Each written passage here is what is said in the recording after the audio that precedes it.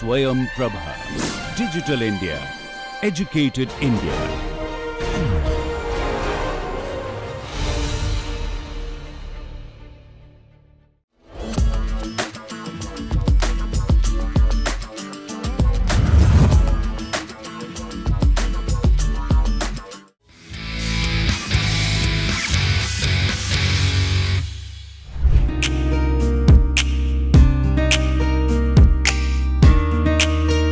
Understanding the molecular and cellular mechanisms of the disease process is very important to find cure for human diseases. Let's get to know all about it from Professor S. Krishnan and his team. So right now I am working on different diseases. Basically modeling different human diseases like cancer and neurodegenerative diseases. Cancer is, we all know that a lot of Indians are suffering through cancers, different cancers. Of course, in global scenario also it is very alarming. So there is an urgent need to come up with affordable solutions, especially cost effective cancer treatment solutions.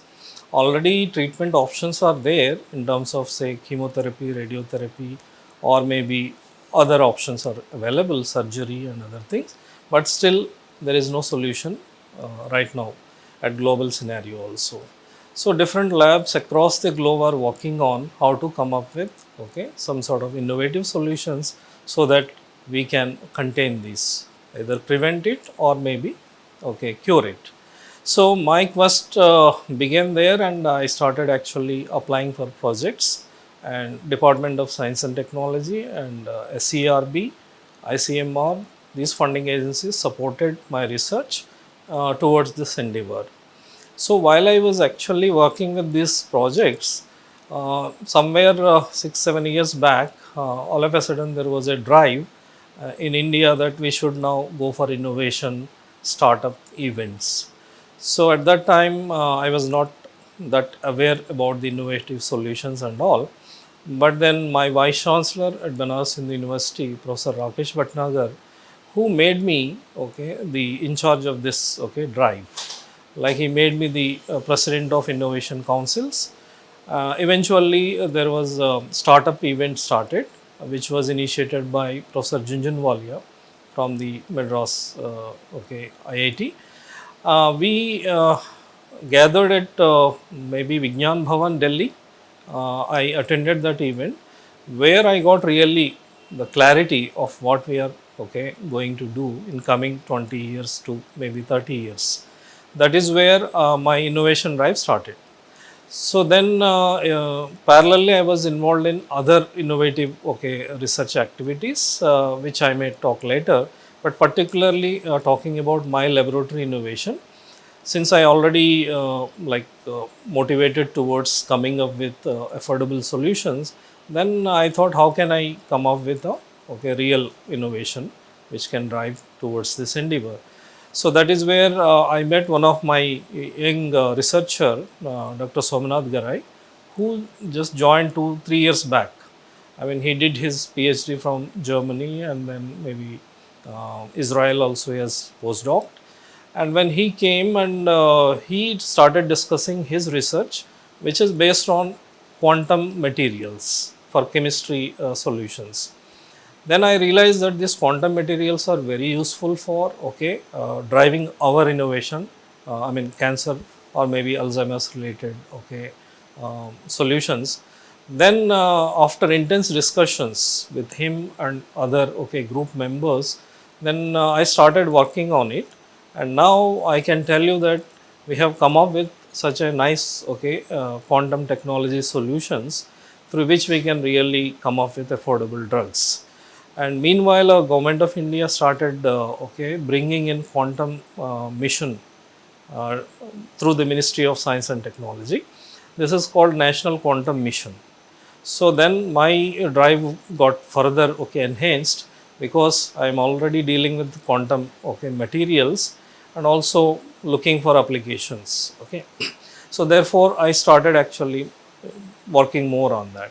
Meanwhile, I got an opportunity to visit Stanford because I was awarded ICMR International Fellow, looking at my science. And then looking at my innovation part, Stanford University also gave me an opportunity to come and learn their advanced technologies. That is where I went to Stanford and learned about the cryo-electron microscopy, which is I think very revolutionary in the biological sciences as well as material sciences, because this microscope is going to give us a resolution which is in angstrom level. So therefore, I wanted to see how cancer cells behave and how the drugs can be used to target the right target inside the cancer cell. So that is where I worked in Stanford for almost 6 months in glioblastoma cancers. Okay, then I identified some of the targets there, and which I am using now towards my goals. So combining this cryo-electron microscopy, which is also initiated by Government of India through SERB, there is a Science Education Board is there, research board. So they have initiated the cryo-electron microscopy development in India. So I am basically targeting two missions of the Government of India. One is National Quantum Mission, the other one is cryo-electron microscopy mission. Through this, the combination of this can really result a remarkable outcome which can be applicable to the society. So that is how I got motivated further, and right now there is one such high-end microscope established in NCBS, National Center for Biological Sciences, that is in Bangalore. That is a part of Tata Institute. So I am using the cryo-electron microscopy of NCBS. In fact, we have got the first image of our this quantum materials, which are very small, like 3 nanometers size, almost impossible to resolve in otherwise in a light microscopy. So with collaboration of Dr. Somnath Garai's lab, we have designed such quantum materials which can deliver drug to the site of activity.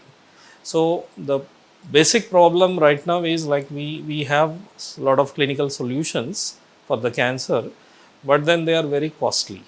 I mean, there are antibodies which are used to target cancer cells very specifically, but this cannot be affordable by common man. So that is where again my interest grew. Then can we come up with alternative solutions using this quantum technology?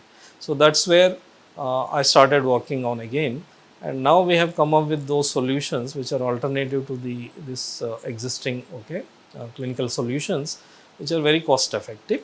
So that is how my journey is going on. I am very hopeful that sooner or later we will be coming up with our alternative solutions to treat cancer, as well as other neuro diseases. Our lab working on different human disease model like Alzheimer disease, cancer disease and diabetes. So हम मतलब different approaches use करते हैं disease को develop करने के लिए, क्योंकि हमें पता है कि कोई भी डिज़ीज़ एक जीन से ओरिएंट होती है। तो हम दो अप्रोचेस यूज़ करते हैं, या तो हम नॉक डाउन करते हैं उस डिज़ीज़ को by RNAi approach and by over expressing genes. So Drosophila में ये एडवांटेज होता है कि हमारे पास एक US गैलफोर सिस्टम होता है जो कि ईस्ट से डिराइव किया गया है। सो इससे हम क्या करते हैं कि कोई भी डिज़ीज़ को पर्टिकुलर जीन को हम उस गैलफोर से अटैच करके हम उस जीन को ओवर एक्सप्रेस कर सकते हैं। सो हमारे पास डिफरेंट ट्रांसजेनिक लाइन होती है जो उस जीन को पर्टिकुलर जीन को जो है वो एक्सप्रेस करती है। तो जैसे कि अगर हमें कैंसर डेवलप करना है तो हमें पता है कि डिफरेंट जीन्स जो होते हैं उसके म्यूटेशन की वजह से कैंसर जो है वो ह्यूमन में होता है, like some oncogenes and some tumour suppressor genes. तो ऑन्कोजीन्स के ओवर एक्सप्रेशन की वजह से जिसमें हम US गैलफोर सिस्टम यूज़ करते हैं, तो हमारे पास दो ट्रांसजेनिक लाइन होती है। एक US लाइन होती है जो कि हमारे पर्टिकुलर जीन को जो है वो एक्सप्रेस करती है, और एक गैलफोर लाइन होता है जो उसको ड्राइव करता है कि हम कौन से टिश्यू में उसको डेवलप करना चाहिए। So we are using Drosophila model. So Drosophila melanogaster is a fruit fly जो हम नॉर्मली फ्रूट्स पे देखते हैं। तो जो फ्रूट फ्लाई होती हैं, इनमें जो जो जीन्स होते हैं उनके जीन्स जो होते हैं उसमें सिमिलैरिटी होती है ह्यूमन के जीन से। अबाउट 75% जीन्स जो है वो सिमिलर होते हैं। सो इसीलिए हम ड्रोसोफिला को हम यूज़ करते हैं as a genetic model to develop any disease.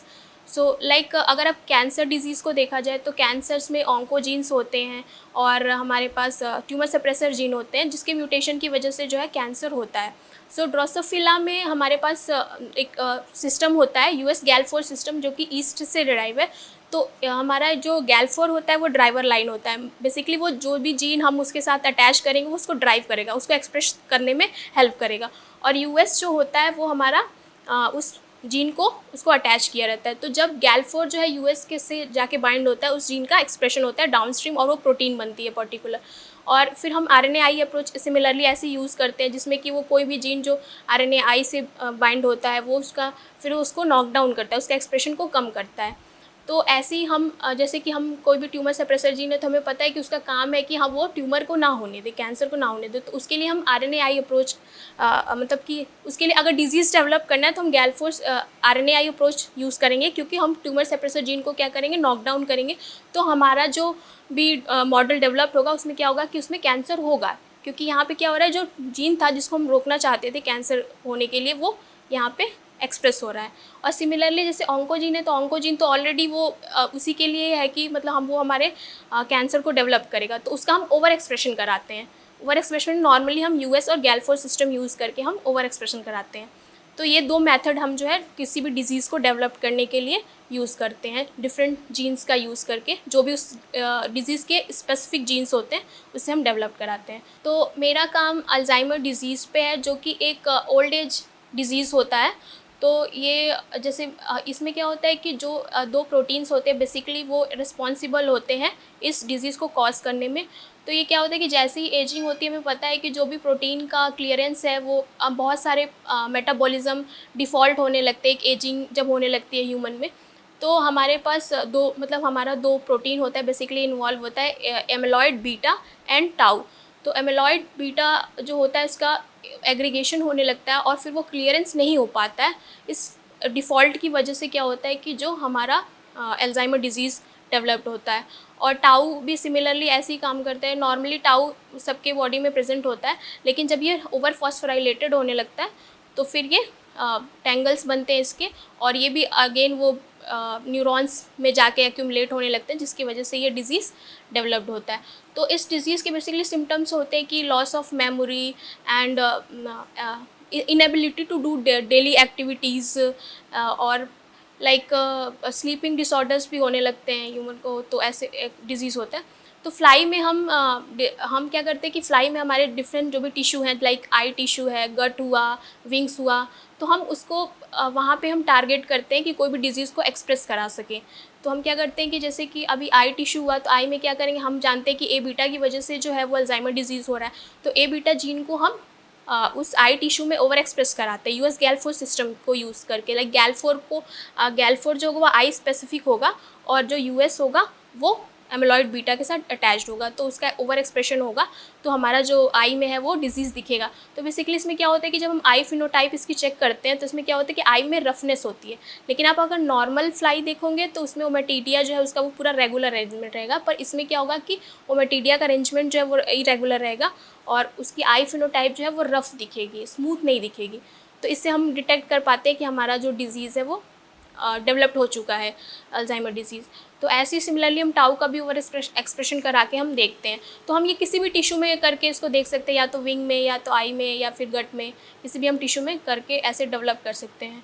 और हम यहाँ पे हम लोग ड्रग भी वो करते हैं कि ड्रग भी चेकिंग होती है कि लाइक कोई ड्रग जो है वो उस डिज़ीज़ पर्टिकुलर डिज़ीज़ पे काम कर रही है कि नहीं कर रही है। तो इसके लिए हम क्या करते हैं कि जैसे कोई भी मेडिसिनल ड्रग, फाइटोमेडिसिन्स के ड्रग होते हैं, मतलब प्लांट डिराइव्ड ड्रग्स होते हैं, उसका हम यूज़ करते हैं। तो जैसे अभी मैं कर रही हूँ तो उसमें एक हमारे सीनियर्स ने चेक किया था कि फ्रैन एक्सट्रैक्ट यूज़ किया था, जो कि एक उस एल्गी से डिराइव किया गया था। तो उसमें क्या है कि उसमें उन्होंने चेक किया तो उनको मिला कि कुछ जो है वो फ्लाइज़ जो है वो अल्जाइमर से रेस्क्यू कर रही हैं। मीन्स कि जो डिजीज़ सिम्टम्स बेसिकली दिखते थे कि रफ आई फिनोटाइप है या फिर क्लाइंबिंग में जो एबिलिटी उनकी डिफेक्ट आ रहा था कि वो अच्छे से चढ़ नहीं पाती थी, तो ये सारी चीज़ें उन्हें रेस्क्यू मिली और जो ए बीटा का एक्यूमुलेशन भी है वो भी रिड्यूस हुआ। तो सिमिलरली फ्रैन में कुछ कंपोनेंट देखे गए, फ्लेवोनॉइड कंपोनेंट्स, तो उसमें एक डायस्मीन जो था वो मेजरली वो जो है वो ए बीटा के साथ बाइंड कर रहा था। तो हमने फिर मैंने उसको फिर से रीचेक किया कि like if is diosmin is also effective in reducing the Alzheimer disease symptoms और like clearance of A beta. तो हम अभी तक जितने भी ड्रग है लाइक रिवेस्टिगमीन, गैलेंटामाइन और मेमेंटीन और डोनापिजिल, ये सब ड्रग्स जो है देखा हमने कि मतलब बहुत सारे पेपर्स से और इससे पता चला कि ये ड्रग्स तो कुछ हद तक इफ़ेक्टिव हैं पर उनके सिम्टम्स को ही वो बस ट्रीट कर रहे हैं और उसके कुछ साइड इफ़ेक्ट्स भी हैं। पर हमारा मेन मोटो ये होना चाहिए कि जो मेन प्रोटीन इन्वॉल्व है उस डिज़ीज़ को कॉज करने में वो उसको ही क्लियर करे, तभी हम सोचेंगे कि हाँ ये ड्रग जो है वो फुल्ली इफ़ेक्टिव हो सकता है। तो हमारा जो भी रिसर्च है ये इस पे फोकस कर रहा है कि हम उस प्रोटीन को इरेडिकेट कर सकें। तो और बेसिकली ये भी है कि हमारा जो ये कंपोनेंट है ये प्लांट डेराइव्ड है, तो हमको पता है कि प्लांट के उतने साइड इफ़ेक्ट्स नहीं होते और नॉर्मली भी इसको कंज्यूम कर सकता है।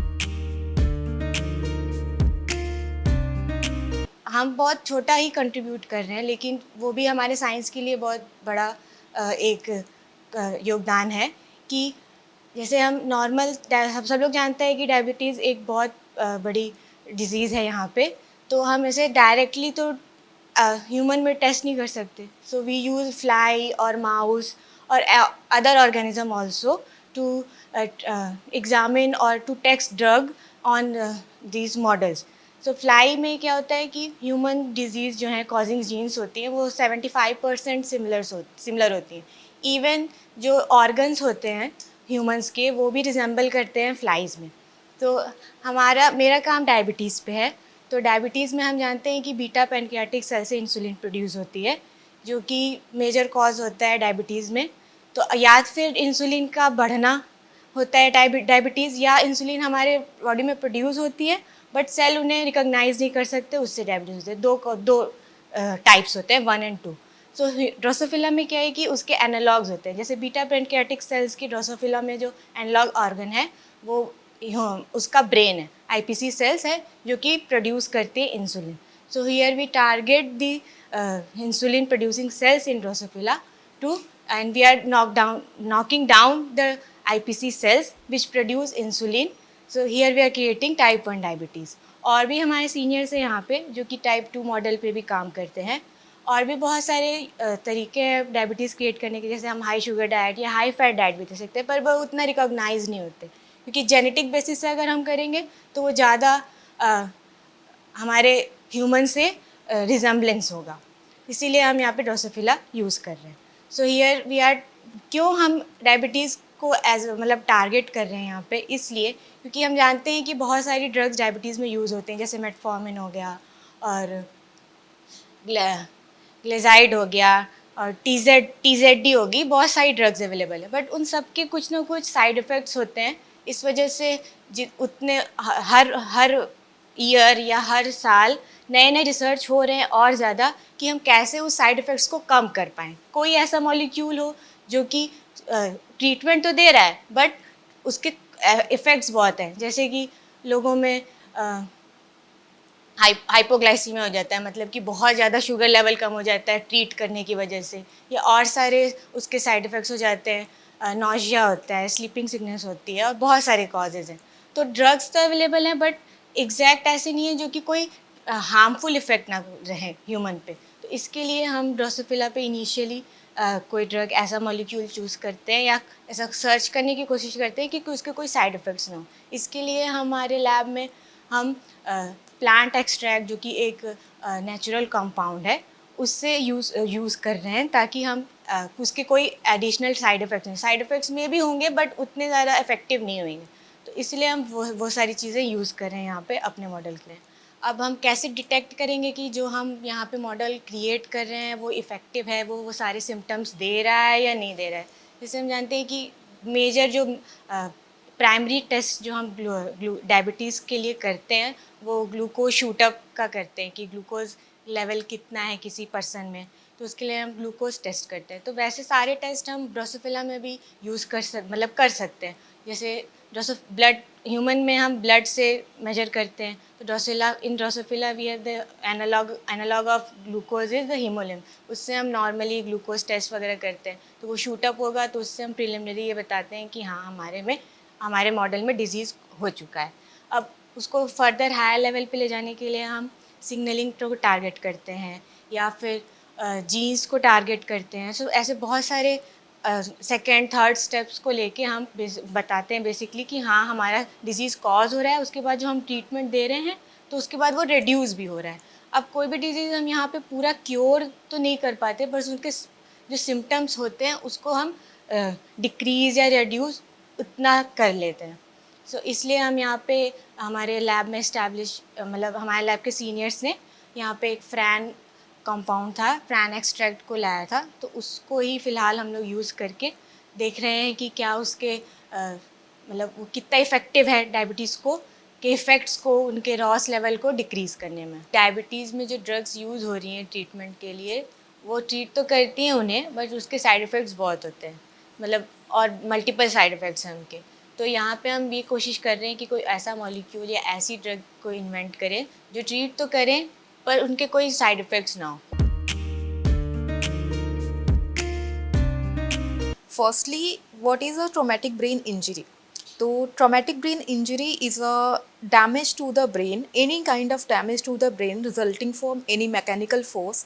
हम देखते हैं कि घरेलू हिंसा, daily road traffic accidents, violence that lead to trauma और जो नाउडे स्पोर्ट्स पर्सन, हम जैसे फुटबॉल खेलते हैं या फिर सॉकर खेलते हैं, उसमें क्या होता है कि जब बॉल हमारे हेड को हिट करता है तो सडन हमें पता नहीं चलता है कि उससे क्या डैमेज होता है हमारे ब्रेन को। वो क्या होता है, दो फेज़ में ट्रॉमेटिक ब्रेन इंजरी डिवाइडेड होती है, एक होता है प्राइमरी, दूसरा होता है सेकेंडरी। तो प्राइमरी को एज हम एक्यूट डैमेज भी कहते हैं, जो कि सडन हमें पता चल जाता है अरे चोट लगी है, खून निकल रहा है, मतलब डैमेज हुआ है। बट दूसरा क्या होता है कि जो स्पोर्ट्स पर्सन होते हैं या मिलिट्रीज होते हैं जो कि डेली लाइफ में वो फेस करते हैं नई नई चीज़ों को, तो उनको डैमेज होता है। बट धीरे धीरे वो टाइम के साथ इतना प्रोग्रेसिव हो जाता है कि वो लीड कर देता है न्यूरोडिजनरेटिव डिजीज़ को। आजकल क्या होता है, रिसर्च में ये देखा गया है कि जो ट्रॉमेटिक ब्रेन इंजरी है वो लास्टली जाके जैसे कि अल्जाइमर डिजीज़, मेमोरी डिसफंक्शन में काम जो पेशेंट होते हैं वो फेस करते हैं कि उन्हें कुछ याद नहीं है, या फिर ऐसा होता है कि वो सोचने की एबिलिटी, उनकी थिंकिंग, सारी चीज़ें चेंज हो जाती है।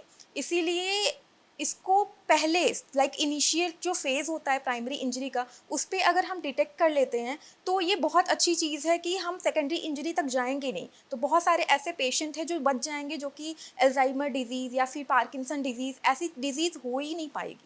तो यहाँ पे क्या है कि अभी तक ऐसी कोई जैसे अब थेरापेटिक की भी बात कर ले कि अभी तक ऐसी कोई मेडिसिन नहीं बनी है जो कि ये ट्रॉमेटिक ब्रेन इंजरी को ट्रीट कर पाए। बहुत सारे ऐसे मेडिसिन हैं जो उनके सिम्टम्स ट्रॉमेटिक ब्रेन इंजरी ऐसा है कि लोग अल्जाइमर की भी मेडिसिन इसमें देते हैं, पार्किंसन के भी दे रहे हैं, डायबिटीज़ के भी दे रहे हैं, बट पर्टिकुलर कोई भी ट्रॉमेटिक ब्रेन इंजरी की मेडिसिन अभी तक बनी नहीं हुई है। तो हमें अभी ऐसा करना चाहिए कि हमें देखना चाहिए कि ऐसे प्राइमरी इंजरी को कौन सा ऐसा टारगेट है या सिग्नलिंग है जो कि ट्रिगर कर रहा है, जिससे कि ये जो डैमेज है वो एक्यूट से सेकेंडरी इंजरी मतलब कि क्रोनिक स्टेज तक जा रहा है, टाइम टू टाइम। तो हम क्या करते हैं कि मेनी वे होते हैं रिसर्च के जो कि क्लिनिकल ट्रायल से होते हुए जाते हैं। जैसे कि मेनी मॉडल हम यूज़ करते हैं, जैसे कि ड्रोसोफिला मेलोनोगास्टर है, सी अर्चिन है या सी एलिगेंस है, एंड ऑल्सो माइस रोडेंट्स हैं। तो उसके बाद अभी जो हायर स्टडी हो रही है वो एप पे हो रही है, जो कि ह्यूमन से बहुत सिमिलर होता है, उस पर हम रिसर्च कर रहे हैं नाउ। जैसे कि अब मेरा जो रिसर्च है वो ड्रोसोफिला मेलोनोगास्टर पे है।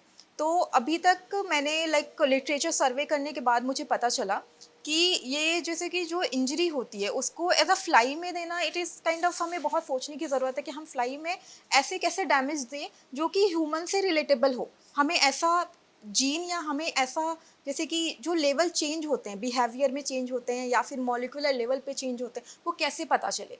इसके लिए बहुत सारे मेथड हैं, जैसे कि माउस है, माउस में वेट ड्रॉप मेथड है, या फिर हम ऐसा करते हैं स्किन को खोल के ऊपर से कोई ड्रॉप गिराते हैं, डैमेज हुआ ब्रेन को, वो भी तो कोई डैमेज हुआ। बट अभी जैसे फ्लाई के केस में हम जो, जैसे मैंने जो मॉडल चूज़ किया है ड्रोसोफिला, उसमें जो मेथड है वो स्प्रिंग मेथड है। बहुत सारे मेथड हैं जो कि केवल ब्रेन को लेके रिलेटेबल हैं, कि ट्रॉमेटिक ब्रेन इंजरी मतलब ब्रेन को, बट एज अ आप नाउ जैसे कि करंटली आप देखिए कि रोड एक्सीडेंट जब होता है तो केवल हम ये नहीं कहते ना कि ब्रेन पे बस चोट लग रहा है, वो तो कहीं भी आपको लग रहा है। तो ट्रॉमेटिक ब्रेन इंजरी स्टडी करने के लिए मैंने एक मॉडल बनाया है जो कि इस तरीके का है। This is pad, this is a wooden pad that is attach to the spring, and in spring, जैसे कि जो स्प्रिंग है उसके एक पोर की साइड पे हम वायर अटैच करेंगे जिसमें कि फ्लाइज होंगी। फ्लाइज को फिर हम एज अ पुल करेंगे 90 डिग्री डिफरेंस एंगल, कि हम जो इंजरी दे रहे हैं वो डिवाइडेड होती है 3 टाइप के इंजरी में, माइल्ड, मॉडरेट, सिवियर। तो जो हम इंजरी देते हैं, अगर हम जैसे जो एंगल होता है उस पर डिपेंड करता है कि किस टाइप की इंजरी होगी। अगर हम थोड़े पास से छोड़ेंगे तो उसमें माइल्ड होगा, ज़्यादा हम अगर एंगल करेंगे तो फिर सिवियर हो जाएगा। तो इसी तरीके से हम डिफरेंट हिट के जरिए इसको हिट बोलते हैं। लाइक अगर हम इस तरीके से हिट कर रहे हैं तो ये इस तरीके से हिट होगा। तो कितने हिट पे किस टाइप की इंजरी होती है इसको स्टडी करना। So this is my method. It is a pad, it is a wooden pad attach with spring. Firstly this is vial, it is contain the fly. We will tap the fly and the cotton will be plug like this, and then second one, and we will attach to fly this one like this, and we will give the jerk. Like jerk will be like a deflection of angle will be any. Some of fly is injured and some of fly trying to move. That's why we will give 4 or 5 jerk like this, and we will see again compare to this fly. This is the disease fly and this is the control fly. We can see these flies are damaged and unable to move like this as compared to control, जिसको हमने damage नहीं दिया है, they are freely moving, we can see. But here as compared to damage, this is one point, they are lying down on their side back. इसको study करने के बाद पहले हमें वैलिडेट करना पड़ेगा कि ये मॉडल जो इस्टेब्लिश मैंने किया है ये एक तरीका मॉडल है भी कि नहीं है, क्योंकि बहुत सारे ऐसे केस पे डैमेज हो रहा है, लेकिन हमें वो हम नहीं बोल सकते कि हाँ ये ट्रॉमेटिक ब्रेन इंजरी मॉडल ही है। तो इसके वैलिडेशन के भी बहुत सारे पॉइंट होते हैं, जैसे कि बिहेवियर। अब जैसे कि हमने ट्रॉमेटिक ब्रेन इंजरी जैसे किसी नॉर्मल ह्यूमन फेस करता है, तो वो क्या फेस करता है कि वो पहले तो क्या होता है कि वो कहीं गिर जाता है, वो उठ नहीं पाता, हाथ पैर मूव नहीं कर पाता है, वो चल नहीं पाता है। ऐसे ही सिमिलर जो केसेस होते हैं वो मैंने फ्लाई में ऑब्जर्व किए कि जैसे ही हमने उसे हिट दिया वो एज अ पीछे की साइड में लेट जाएगी, या फिर जिस तरीके से चोट लगा फ्लाई एक तरह से मूव नहीं कर पाएगी। थोड़ी देर बाद 1 to 2 मिनट शी विल वो क्या होगा कि वो होश में आने की कोशिश करेगी। देन फिर जो फ्लाई है वो ट्राई करेगी कि वो वायल जिसमें हम फ्लाई रखें उस पर क्लाइंब करे। बट क्या हम देखते हैं मैंने क्या देखा कि वो चढ़ नहीं पा रही है, क्योंकि उसके लोकोमोटर फंक्शन जो होते हैं वो डिस्टर्ब हो चुके हैं। आफ्टर दैट हम क्या करेंगे कि सम मॉलिक्यूलर एक्टिविटी चेक करेंगे कि अच्छा कोई ऐसा जीन है जो पर्टिकुलर ट्रॉमेटिक ब्रेन इंजरी में ट्रिगर हुआ है, तो वो क्या डैमेज हो रहा है, या फिर ये किसी ऐसे डिजीज़ से लोकेट हो रहा है जो कि न्यूरोडिजनरेटिव डिजीज़ है। तो हम इसके साथ क्या करेंगे कि जैसे ट्रॉमेटिक ब्रेन इंजरी में जैसे मेरी कलीग ने बताया कि टाउ एक प्रोटीन होता है जो कि नॉर्मल ह्यूमन में पाया जाता है। ट्रॉमा के केस में भी बहुत जगह ये पाया जाता है कि आफ्टर प्राइमरी इंजरी का जो टाइमिंग है वो 24 आवर है। उसके बाद हम क्या देखते हैं कि टाउ का जो डिपोजिशन है, जैसे जो NFT फॉर्म होने लगता है, वो ट्रॉमेटिक ब्रेन इंजरी में भी फॉर्म होने लगता है। तो वो एज अ मार्कर हम काम कर सकते हैं कि अच्छा ये ट्रॉमेटिक ब्रेन इंजरी है। उसके बाद फिर हम ये करेंगे कि हम किसी जैसे अब ब्रेन्स में क्या होते हैं, हमारे पूरे ब्रेन्स में न्यूरॉन्स होते हैं, ह्यूमन में भी न्यूरॉन्स हैं, फ्लाई में भी न्यूरॉन्स हैं, जो कि कंपेयर टू ह्यूमन थोड़े कम होते हैं, बट होमोलॉजी उनकी इतनी ज़्यादा होती है फ्लाई के साथ कि हम चूज़ कर रहे हैं कि हम इसमें जनरेट करेंगे। तो ट्रॉमेटिक ब्रेन इंजरी में मैं मेनली फोकस कर रही हूँ न्यूरॉन्स के ऊपर कि आफ्टर ट्रॉमा क्या हो रहा है, न्यूरॉन्स मर रहे हैं, अगर मर रहे हैं तो कैसे मर रहे हैं, क्या हम उनको जैसे रिवर्ट बैक कर सकते हैं, अगर रिवर्ट बैक करने हैं तो उसके भी बहुत सारे मैकेनिज्म हैं, बट फर्स्टली हम फोकस कर रहे हैं कि न्यूरॉन्स मरे, न्यूरॉन्स मरने के बाद हम देख रहे हैं कि क्या उसमें कितने न्यूरॉन्स मर रहे हैं, न्यूरॉन्स मरने के बाद उनको रीजन, जैसे बहुत सारे ऐसे होते हैं ना कि हमें चोट लगी, वो हीलिंग कैपेसिटी होती है हमारे अंदर, वैसे फ्लाई में भी हीलिंग कैपेसिटी होती है, हम उसको कुछ दिन के लिए छोड़ देते हैं, क्या ऐसा हो रहा है कि वो जो न्यूरॉन्स लाइक फॉर्म होना बंद हो गए थे, मर गए थे, वहाँ पे कोई नया न्यूरॉन्स तो नहीं बन रहा है जो कि फ्लाई को एज अ बहुत टाइम के लिए एज कर सकता है, जैसे 90 डे इनका ये होता है कि सर्वाइवल टाइम होता है, बट टीबीआई के केस में ऐसा होता है कि वो 45 डेज़ या 40 डेज़ में ही डेथ कर जाती है, तो क्या हम इनकी जो एजिंग है उसको बढ़ा सकते हैं, ये वन काइंड ऑफ जैसे मेजर चीज़ें हैं कि हम ये ह्यूमन पे भी अप्लाई कर सकते हैं, तो यहाँ पे हम ऐसा कर सकते हैं कि हमने पर्टिकुलर ब्रेन निकाला,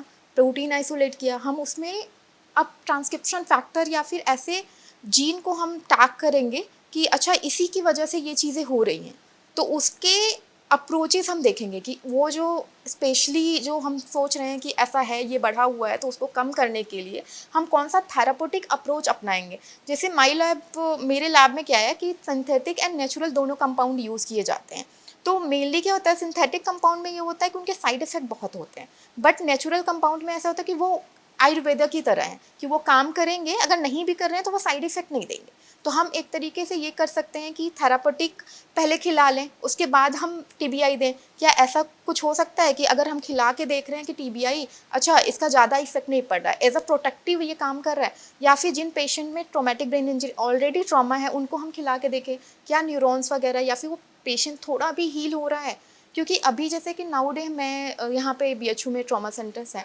वहाँ पे ज़्यादातर केस होते हैं कॉन्कशन के, क्या होता है कि जैसे ही उन्हें हिट हुआ ब्लड होता है वो एकुमुलेट होने लगता है जगह जगह फेजेस पे, जैसे कि कहीं सेरेब्रल कॉर्टेक्स में हो रहा है, कहीं टेम्पोरल, मतलब कहीं पर भी हो रहा है, तो ऐसे ही केस तो इसमें होता है, इसमें ब्लड नहीं होता, हीमोलिम्फ होता है, बट जो केसेस होते हैं ना बहुत सिमिलर होते हैं, इसीलिए मैं ये मॉडल लाइक इस्टेब्लिश करके मैं स्टडी करना चाहती हूँ और ऐसा कोई पर्टिकुलर ड्रग लाना चाहती हूँ कि जो कि फ्लाई में ठीक हो रहा है, और मेनली क्या हो रहा है कि फ्लाई में ठीक हो रहा है, तो अब इसके क्या होंगे कि डोजेस के भी बहुत इफेक्ट होते हैं कि हम रोडेंट्स में दे रहे हैं, वो हायर मॉडल थोड़ा है तो उसमें हम ज़्यादा डोज देते हैं, इसमें कम देते हैं, तो पर्टिकुलर आगे जाके कोई ना कोई, जैसे मेरा काम फ्लाई पे है तो आगे जाके कोई ना कोई ये स्टडी देख के आगे रिसर्च करेगा कि वो मॉडल उसमें रोडेंट्स में भी जाए, वो ड्रग खिलाए, उसके बाद चीज़ें चेंज, लाइक ऐसे ही तो क्लिनिकल ट्रायल होता है, पहले ड्रोसोफिला, रोडेंट्स, एप या फिर ह्यूमन पे जाएगा, छोटा सा हमारा जो पार्ट है एज अ वर्किंग का, ये हो सकता है कि आगे जाके उन पेशेंट के लिए बहुत ज़्यादा हेल्पफुल होगा कि जो कि मर रहे हैं डेली रूटीन में,